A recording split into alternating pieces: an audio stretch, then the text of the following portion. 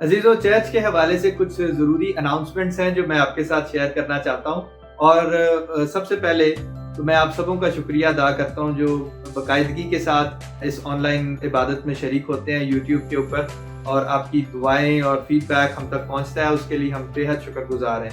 और आपकी इन्हीं फीडबैक्स की वजह से और इनकरेजमेंट की वजह से हम हर इतवार पूरी मेहनत के साथ आप तक ये सब जो प्रोग्राम है वो इबादत का वो लेकर हाजिर होते हैं।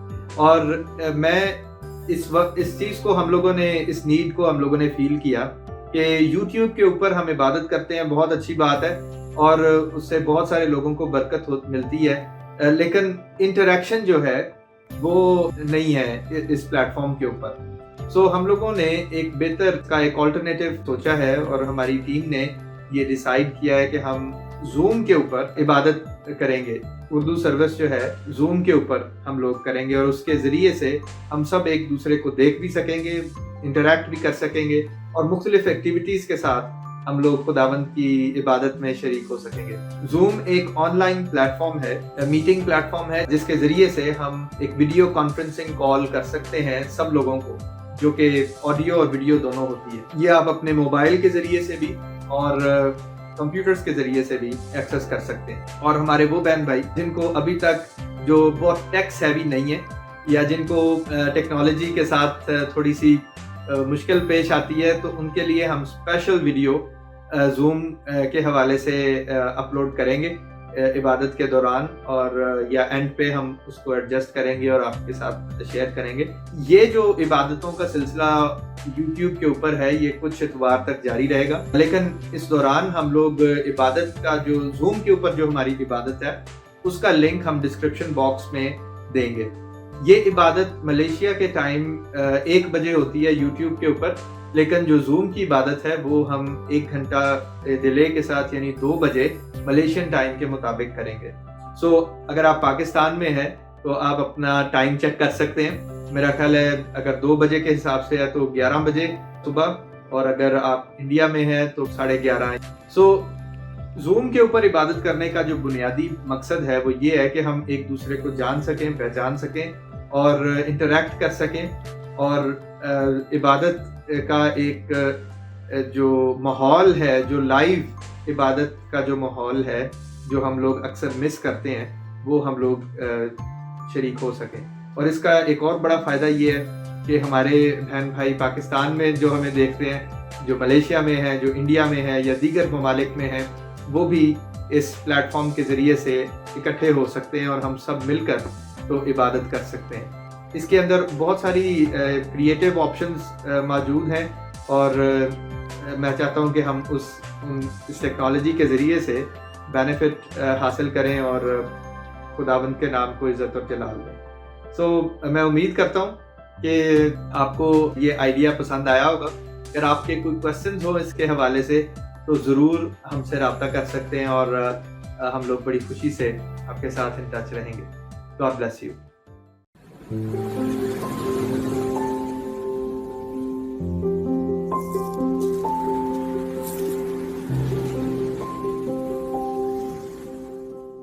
बड़ा ऑनर और प्रिविलेज है कि पास्टर की दावत के ऊपर मैं PJEFC चर्च KL के लिए इस इतवार का प्रोग्राम रिकॉर्ड कर सकूं।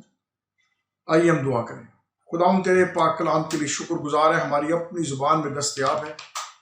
जब इसे खोलते, सीखते, समझते, पढ़ते हमारा ज़िम्मा ले, अपने रूह का मसा बख्श यीशु के नाम से, आमीन। आज हम बात करेंगे फैमिली लाइफ के ऊपर। और फैमिली या ख़ानदान एक बड़ा सिग्निफिकेंट यूनिट है, क्योंकि यही यूनिट आगे चर्च बनाता है, ये यूनिट आगे एक ट्राइब की, कबीले का एक सिलसिला स्टार्ट होता है और फिर कौमें बनती हैं। तो जो फैमिली का यूनिट है वो बहुत सिग्निफिकेंट और इम्पॉर्टेंट है। अगर हम इसका डिक्शनरी का माना देखें तो it simply means a group जिसमें वालिदैन शामिल हैं और बच्चे शामिल हैं। उर्दू में हम लफ्ज़ ख़ानदान यूज़ करते हैं, अंग्रेजी का लफ्ज़ फैमिली है। इब्रानी का लफ्ज़ बैत है, बैत से मुराद घर है, हाउस है। और जब ये बात करते हैं तो उस घर के अंदर सब शामिल हो जाते हैं, उस फैमिली के अंदर। यूनानी का लफ्ज़ ओइकिया है, जिसके मानी है घर, हाउस होल्ड, घराना, घर। और ये इसके बड़े उर्दू में बड़े खूबसूरत मुहावरे भी हैं। और जब हम इसके रेफरेंस को देखते हैं तो यही ओकिया ओइकिया लफ्ज जो है ये चर्च की भी नुमाइंदगी करता है, जबकि एक्लीसिया भी इस्तेमाल किया जाता है। खानदान की जो बुनियाद है, the basis of the Christian family, मैं 3 हवाला जात सामने रखूंगा और मेरी आज की ये सारी गुफ्तगू इन्हीं पर मबनी होगी। पहली बुनियाद है जो पैदाइश, उसका 2 बाब और 24 आयत। दूसरा 2 हवाले नए नामा से हैं, बल्कि 3 दूंगा। मरकस 10 बाब 6 से 8 और मत्ती 9 4 से 6। और ये यीशु मसीह जो पैदाइश के 2 बाब की 24 आयत में है खानदान के लिए, ये उसकी तायद करते हैं, उसको इंडोर्स करते हैं, उसको कंफर्म करते हैं, उसको रीअफर्म करते हैं यीशु मसीह। और फिर पौलुस अपने खत में इफिसियों के नाम 5 बाब 30 से 32 में बड़ा क्लियरली इन्हीं बातों को रीअफर्म करता है जो यीशु ने रीअफर्म किया और जो खुदा ने पैदाइश की किताब में इंस्टीट्यूट किया। मैं आपकी तवज्जो पैदाइश के 19 बाब 2 बाब की 19 से 22 आयात की तरफ करना चाहता हूं। देखना, हम उसको देखें, बड़ी इंटरेस्टिंग है क्योंकि इसका आगाज, खानदान की बुनियाद और आगाज खुदा ने खुद पैदाइश की किताब में रखी। 19 आयत में लिखा है, आदम अकेला था और खुदा ने उसको एक जिम्मेदारी दी, जानवरों के नाम रखे। और शायद खुदा ने कहा कि यहां पे खुश हो जाएगा मसरूफ, लेकिन लिखा कि कोई उसके लिए सूटेबल नहीं था जो उसकी मददगार मिले। और फिर 22 आयत में लिखा है, फिर खुदा ने औरत को उसकी पसली से बनाया और फिर उसने कहा, ये मेरी bone of my bone and flash of my flash है।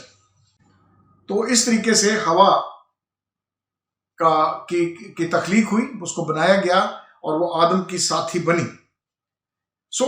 जब हम फैमिली लाइफ की बात करते हैं तो 24 आयत में बड़ा इंटरेस्टिंग एक पैदाइश में लिखा है। वो कहता है कि मर्द अपने वालिद को छोड़ेगा, अपने वालिदैन के घर को छोड़ेगा, खानदान का आगाज करेगा, वो और बीवी दोनों यूनाइटेड होंगे, ठीक है, और फिर वो एक जिस्म होंगे, वन फ्लैश।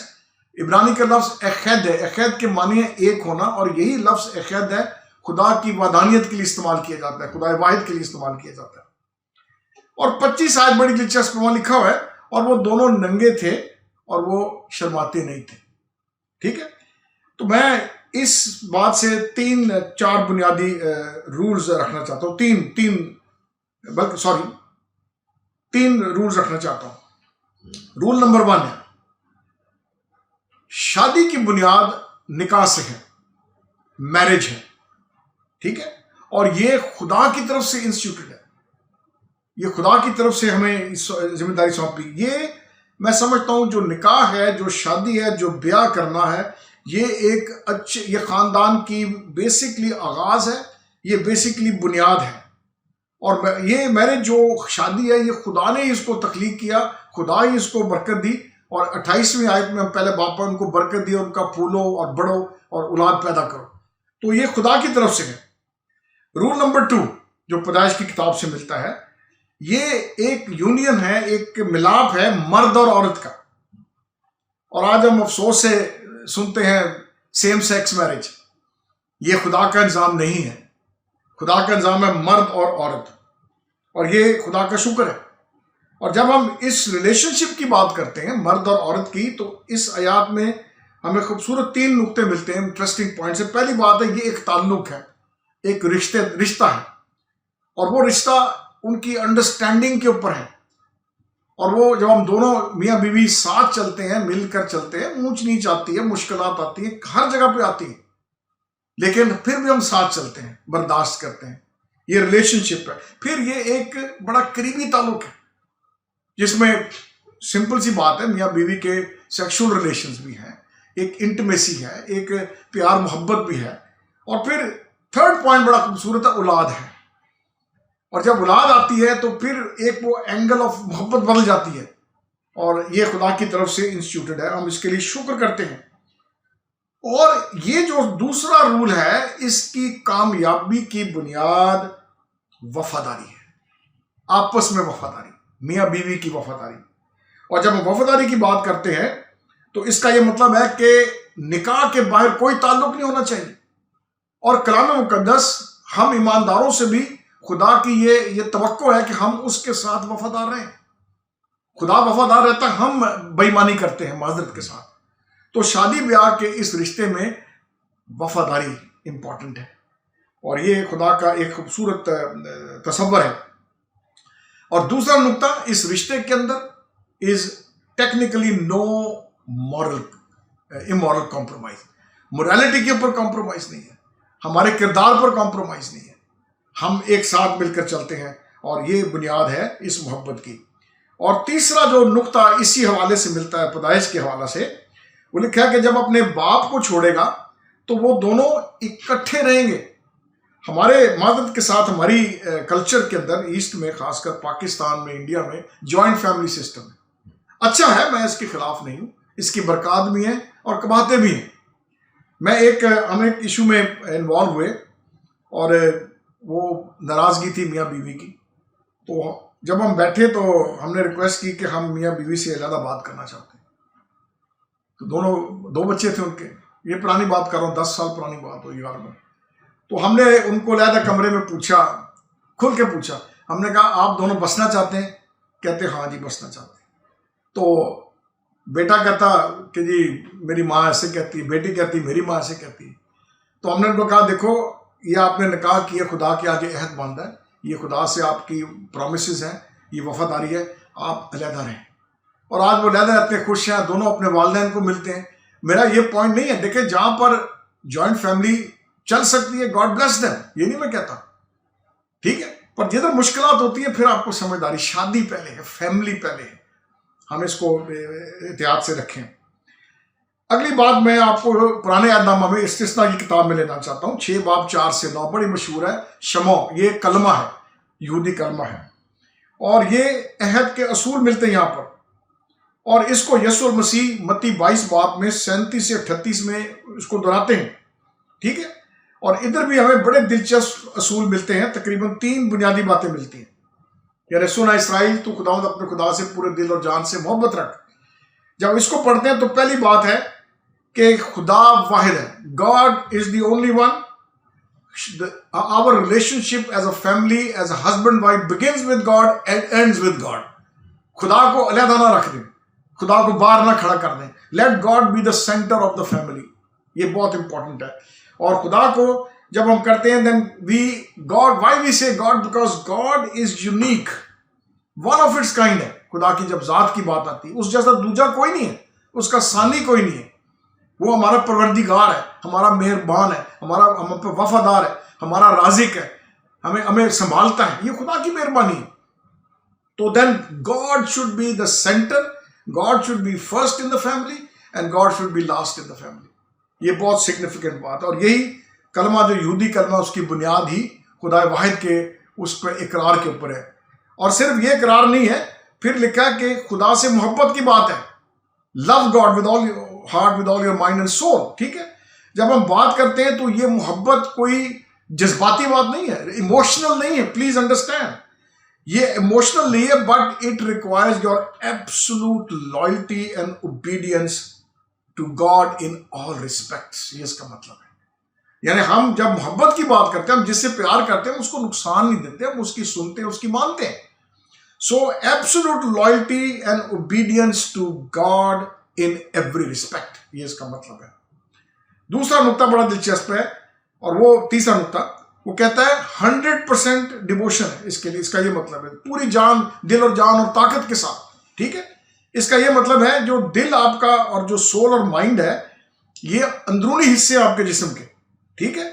इसका ये मतलब है कि अपनी पूरी अक्ल के साथ, ठीक है, सोच समझ के, क्योंकि जब हम रूह की बात करते हैं, सोल की बात करते हैं, तो यूनानी फलसफा था कि जिस्म और रूह अलग अलग चीजें हैं। ये हमारा फलसफा नहीं है, इब्रानी फलसफा है। So when we talk of loving God, we mean loving God with everything what we are, our body, our mind, our spirit, our strength, totally, full 100%. And God does not require 99%. He wants 100%. क्योंकि सलीब पर यीशु मसीह ने 100% जान दी, आधी नहीं दी, 30 नहीं दी, 40 नहीं दी, and God demands the same from us. अब जब हम आगे बढ़ते हैं तो कलाम मुकद्दस की बुनियाद पर बड़े अच्छे असूल मिलते हैं फैमिली के लिए, ठीक है। मैंने चंद एक स्किम किए हैं बाइबल में से। सबसे पहला असूल है, और बच्चों के लिए भी यही मैं कहना चाहता हूं, जवानों के लिए, खानदान पूरे के लिए, जिसमें माँ बाप, अगर दादा दादी साथ है वो भी शामिल है, और फिर औलाद शामिल है। पहली बात है ऑनर गॉड इन एवरीथिंग। मुकाशवा 4:11 है, हर बात में खुदा को इज्जत और जलाल बख्शे, दें उसको, वो हकदार है इस बात का। So honour God, number 1 rule. Number 2, और ये रिपीटेड है ओल्ड टेस्टमेंट न्यू टेस्टमेंट दोनों में, खरूज 20:12 में भी है, और वो ये है कि अपने वालिदैन के ताबे फरमान रहो, honour and respect your parents. और इसके साथ प्रॉमिस है, उम्र की दराजी का प्रॉमिस है, वादा है, वाहिद है ये हुक्म जिसमें प्रॉमिस है। फिर इफ्सियों 4:25 के मुताबिक टेल द ट्रूथ, झूठ ना बोले। मेरी माँ आज हयात नहीं है, हमेशा कहती थी बेटा कुछ हो जाए, गलती करके आ जाओ, कुछ हो जाए मुझे आके बता देना। और ये मेरा हमारा असूल था फैमिली में। लड़ाइयाँ भी हम करके आते थे, झगड़े भी करते, जवानी थी ठीक है, लेकिन माँ को आगे बताते ये काम हो गया हमसे। So never hide anything from your parents. As a family it should be clear, अपनी सच्चाई को जाहिर करें। फिर चौथा असूल इफ्सियों 5:20 के मुताबिक बी थैंकफुल एंड ग्रेटफुल। ये जब आप इस बातों को सोचेंगे तो आपको एहसास होगा, हम जितना शुक्र करें खुदा का थोड़ा है। खानदान के लिए, औलाद के लिए, बरकत के लिए, हमारी वसातत, हमारी सोच, हमारी तवक्को से ज्यादा खुदा मेहरबानियां करता है हम पर, और इसके लिए हम खुदा के शुक्र, and we should be ever grateful. और मैं समझता हूं कि ये सबसे बड़ी इबादत है, कुर्बानी है शुक्रगुजारी की। हम शुक्रगुजार नहीं होते, बुड़बुड़ करते हैं सारा वक्त, महंगाई होगी, पैसे नहीं आए, ये नहीं हुआ, वो नहीं हुआ। अरे भाई, आप जब आप तजिया करें, आप बहुतों से बेहतर है। मेरी अम्मी ने एक प्रैक्टिस डाली जिंदगी में, मैं अभी भी करता हूँ। मैं जब कभी बहुत मायूस हो जाऊं तो मैं फिर वो देखता हूँ अच्छी बातें जिंदगी में कितनी हुई। और संडे स्कूल में एक गीत सीखा, हमने चंदे पे गीत गाते थे, count your many blessings, name them one by one, and God you will see what God has done. इसमें कोई शक नहीं। आप प्रैक्टिस करें, एक प्रैक्टिस करें, खुद एक मशक करें। You put all the negative things on one side and put all the positive things. यार ये मेरा तजर्बा है, मैं 67 का हो चुका हूँ, खुदा के साथ मैंने 73 में चलना शुरू किया, और मैं हर दफा जब ये नोट करता हूँ वो अच्छी बातें जो खुदा की मेहरबानी है, जो खुदा ने हम पर एहसान किए, जो हम पे वो अपने निगाह रखता है, वो चीज़ें ज़्यादा होती हैं लिस्ट में, नेगेटिव बातें थोड़ी होती हैं। So as a family, as a whole unit, let us be grateful and thankful to God. फिर उसके बाद ये है कि औरों की ज़रूरतों को सामने रखें, सेल्फिश ना हो एज अ फैमिली में, एक दूसरे का ख्याल करें।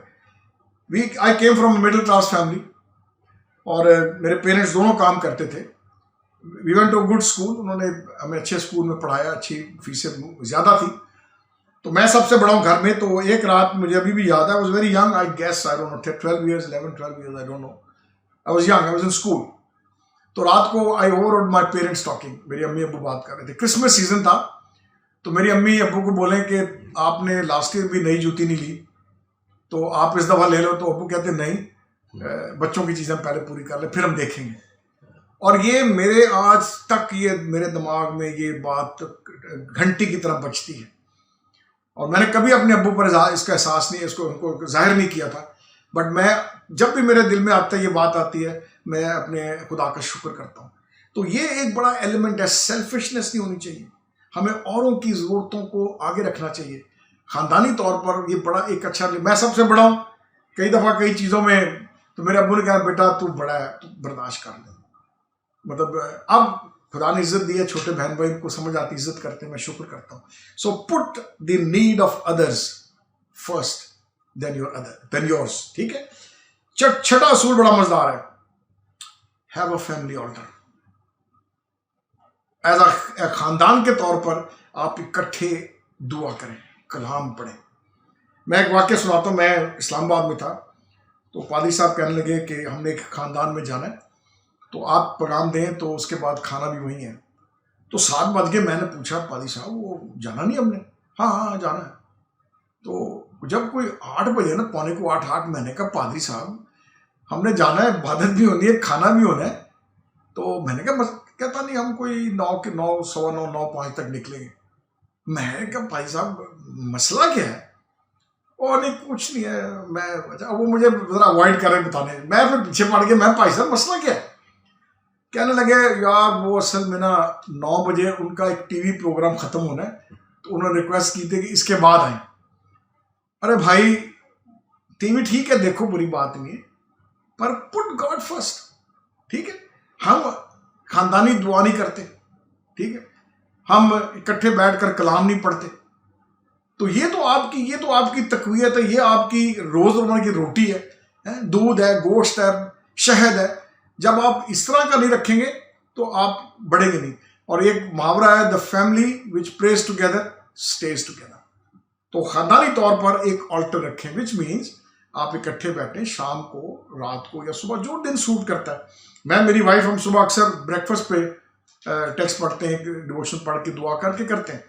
तो ये अपने आप को इसमें डालें।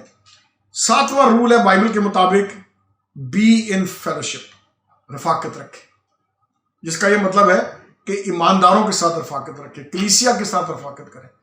अक्सर औकात मैं सुनता हूँ आजकल चले कोविड-19 है तो हम ज़्यादातर ऑनलाइन कर रहे हैं। पुरानी बात है जब इंटरनेट पे चर्च शुरू हो गए, तो मैं एक जगह प्रीच कर रहा था, तो बच्चे मुझे कहते हैं अंकल जी मैं तो इंटरनेट चर्च अटेंड करता हूँ। मैंने कहा गॉड ब्लेस यू, बड़ा अच्छा करते हैं। तो मैंने उसको सवाल किया, मैंने कहा जो इंटरनेट चर्च अटेंड करता है, मैं क्या कितने जो तेरे साथ तुझे हग करते हैं या तेरे साथ हाथ मिलाते हैं? हंस पड़ा, कहता है जी वो तो नहीं होता। तो मैंने कहा भाई चर्च में जाना, मिलना, एक दूसरे का हाल पूछना, मैंने कहा ये जरूरी है, ये रफाकत है, ये शराकत है, ये फेलोशिप है। तो हंस पड़ा आगे से।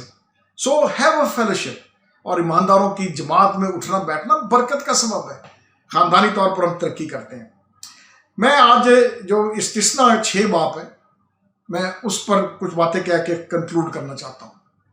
पहली बात देखिए, इस्तिस्ना में लिखा हुआ है कि तू इसको अपने बच्चों के जहन नशीन कर, दिन रात इस पर गौर कर, इसको तावीज के तौर पर बांध लेना आयात कलाम को। अच्छा, उधर बड़ी मजेदार बात है, जो इब्रानी का लफ्ज है वो लफ्ज है नक्श करना। नक्श का माने है आप छुरी लेकर दरख्त के तने के ऊपर अपना नाम खुर्च के कुंद करके लिखते हैं, इनग्रेव करते हैं। ये आम जो है ना पार्स में नाम लिखे होंगे, ए लफ्ज बी, A+B, दिल बना देते हैं हम लोग। ठीक है, आप जाएं साइड्स के ऊपर क्या कहते हैं, उनके द्वारों के ऊपर भी खुर्च दे देना। तो एक्चुअली जो ज़हन नशीन करने की बात है कलाम को, वो ये मतलब है कि हम उसको इतना को ज़हन के वो हमारे जहनों में खुर्चा जाए, उसका निशान पड़ जाए कलाम का। ये इसकी तनकीद है इस्तिस्ना के अंदर। और दूसरा इंपॉर्टेंट बात है कि उधर क्लियर नहीं है, but it is addressing the family, it's addressing the parents. हमारे कल्चर में अक्सर हम कहते हैं ये अम्मियों की जिम्मेदारी है, हमारे अब्बू, हम लोग मतलब कहते हैं this is not my responsibility as a father, but it is your responsibility as a father, it's your responsibility as a mother. और ये बहुत जरूरी, इसको फॉलो करें। मैं इब्रानी का लफ्ज जो अब्बा के लिए इस्तेमाल करते हैं, इब्रानी अरामी में अब्बा कहते हैं, उर्दू में, हिंदी में हम अब्बा ही कहते हैं। ये लफ्ज इब्रानी का अब से है, अब इसका रूट है ए अलफ और बे, बेत, अलफ और बेत। ये बड़ा मजेदार लफ्ज है, हम डैडी भी कह देते हैं, अब्बा, जैसे मैंने अर्ज किया। ये लफ्ज बड़ा दिलचस्प है और ये लफ्ज का जो ताल्लुक है इट्स वेरी इंटरेस्टिंग। इसके अलफ जो है हिब्रू के 22 हरूफ तहजी हैं, अल्फाबेट्स उसके, जो अलफ से ताओ तक। अलफ का जो पिक्टोरियल, एक्चुअली जब आप अलफ को गौर से देखेंगे तो ये एक बैल की पिक्चर है, ऑक्स। ठीक है, और जब आप जो दूसरा लफ्ज बे है, बेथ, बे है, और बे एक घर की पिक्चर है। अब इसका ये मतलब है कि ये अब्बा का लफ्ज जो है, जिसका रूट इब्रानी का अब है, ए बी अब, इसके ये माने है कि the father is like an ox, strong and like an ox, protecting like an ox, working hard like an ox, to provide for the family like an ox and protect at the same time. Beth is घर, किसको protect करता है? घर को। किसके लिए provide करता है? घराने को, फैमिली को, हाउस होल्ड को। तो एक बहुत सिग्निफिकेंट रोल है फादर का। और हम इसको कभी कभी हम भूल जाते हैं कि what is the role of us as a father. मैं एक चीज पर आना चाहता हूं, और वो बेसिकली जब उनको कहा, वहां लिखा है कि और वो नंगे थे और वो शर्मिंदा नहीं थे, they were naked and not ashamed. Family life के relationship is based on transparency, ठीक है। अगर आप बदचलन हैं, आप 10 और जगह पर नंगे औरतों के साथ रहेंगे, क्या फर्क पड़ गया, आप फिर भी शर्मिंदा नहीं होते। But in the marriage life it depicts transparency, see through, छुपाऊं ना मैं कुछ, जो मैं हूं मैं वही बाहर हूं। और ये सीक्रेट है रिलेशनशिप का, फैमिली का। और जब आप मियां बीवी और फैमिली आपस में, जैसे मेरी मां ने कहा कि झूठ नहीं बोलना, जो कुछ करके और लड़के और बता दो मुझे आके, ये ट्रांसपेरेंसी है। मियां बीवी आपस में चीजें बातें छुपाते हैं तो जुदाइयां होती हैं। तो we should be very transparent. मुझे जब मेरी बीवी बात करे, मुझे पता है वो सच बोल रही है। जब मैं बात कर रहा हूं, शी शुड रियलाइज कि I am telling the truth. Very important. और ये सीक्रेट है रिलेशनशिप का। और मैं इसको क्लोज करना चाहता हूं खास तौर पर, बड़ा फेमस हवाला 15 बाब। 15 बाब लूका का अगर आप पढ़ें ध्यान से, 15 बाब पहली आयत में फकी फरीसी आपस में बात कर रहे हैं, यीशु कैसा आदमी, ये तो गुनहगारों में बैठता जाके, जबकि वो उनके रबी उस्ताद नहीं जाते थे। और फिर 3 तमसीलें हैं वहां पर। एक का 100 में से 1 बेड़ खो जाना, औरत का सिक्का गुम जाता है हार का, और फिर 2 बेटों में से 1 बेटा। और ये तीनों बड़ी दिलचस्प बात है। ये तीनों गुमराह जो हो जाते हैं उनको वापस लाने की बात है, जो निकल गए उनको वापस लाने की बात है। और मैं खास तौर पर जो 15 बाब में उस बेटे का जिक्र करूंगा। बेटे ने नाफरमानी करके, बातों में आके, अगर आप उसको यहूदी पस मंजर में तफसीर करें तो गालिबन 8 ऐसी बातें बाप ने और बेटे ने की जो शरीयत के बिल्कुल बरक्स थी, खिलाफ थी, ठीक है। और खूबसूरती की बात यह है कि इसमें आपको, ऑफ कोर्स इसमें आपको खुदा का प्यार भी नजर आता है, मैं उस तरफ नहीं जाना चाहता, लेकिन मैं उस बाप की, उस बेटे की के लिए जो एक, वो क्या कहते हैं, तकलीफ शुरू होगी जब उसके जाने से, मैं उसकी बात करना चाहता हूं। और वहां लिखा है कि वो इंतजार करता था और उसको भी एहसास हुआ, कहता मेरे बाप के घर बहुत से नौकर थे, मैं भी जाके नौकर बन जाऊंगा। मैं एक बात, 2 बातें कहना चाहता हूं। पहली बात यह है the love of the father, ठीक है।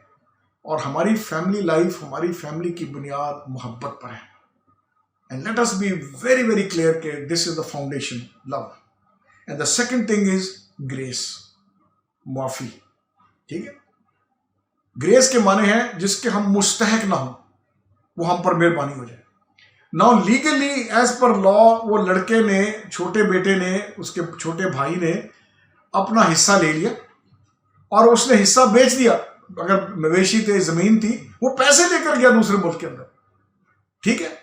और कोई कानून नहीं दुनिया का जो मिरास को हासिल करने के बाद दोबारा हकदार हो जाए, पॉसिबल नहीं है जब तक मेहरबानी ना की जाए, या बाप मेहरबानी करे या दूसरे भाई मेहरबानी करे। तो अगर आप इसकी स्टोरी को पढ़ें तो बड़ा क्लियर मैसेज है कि हमारे relationship is based on grace. We should be grateful to God. नाराजगियां हो जाती हैं, हम अलहदा हो जाते हैं, लड़ पड़ते हैं, लड़के बच्चे नाराज हो जाते हैं, ये गलत बात है। नाराज डिफरेंस होंगे, हेल्दी है डिफरेंस होना फैमिली के अंदर।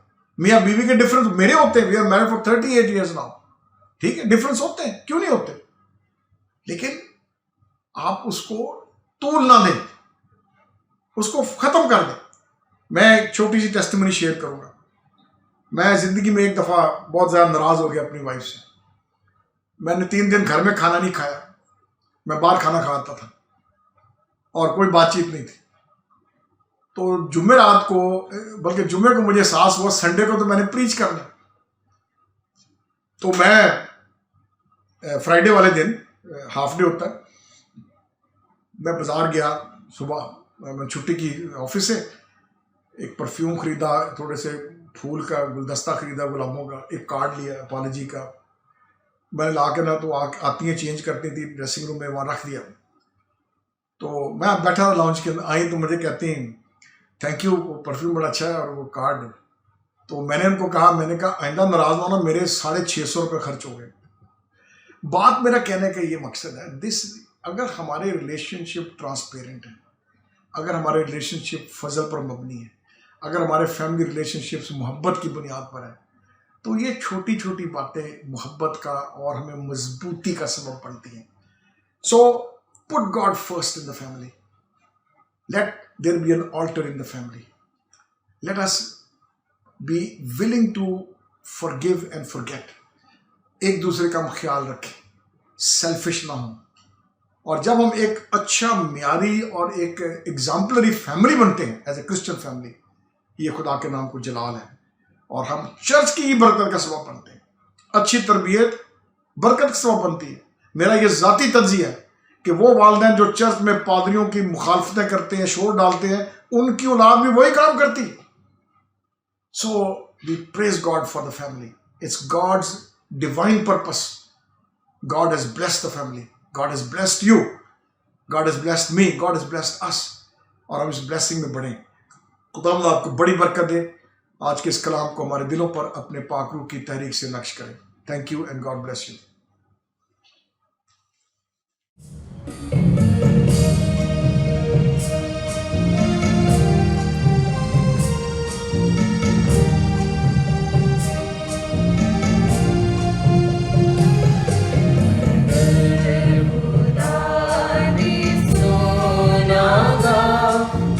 करेगा भला,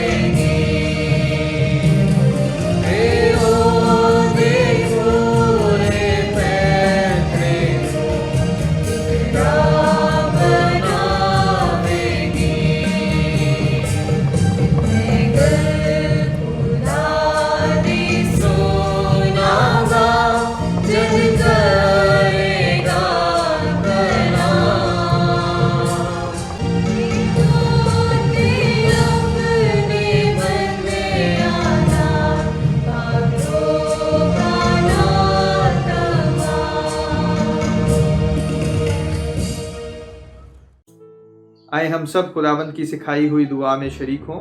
आए हमारे बाप, तू जो आसमान पर है, तेरा नाम पाक माना जाए, तेरी बादशाही आए, तेरी मर्जी जैसी आसमान पर पूरी होती है ज़मीन पर भी हो।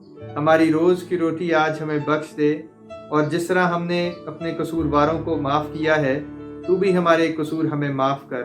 हमें आजमाइश में न पड़ने दे, बल्कि बुराई से बचा, क्योंकि बादशाही, कुदरत और जलाल हमेशा तक तेरे ही हैं। आमीन।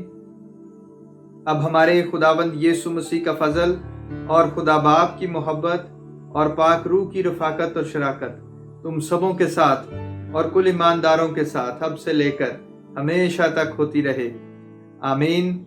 खुदा बाप, खुदा बेटे और खुदा रूहुल कुद्दुस के नाम में आमीन। खुदावंद आप सबों को बरकत बख्शे और हमेशा की जिंदगी के लिए बचाए और महफूज रखे। आमीन। God bless you.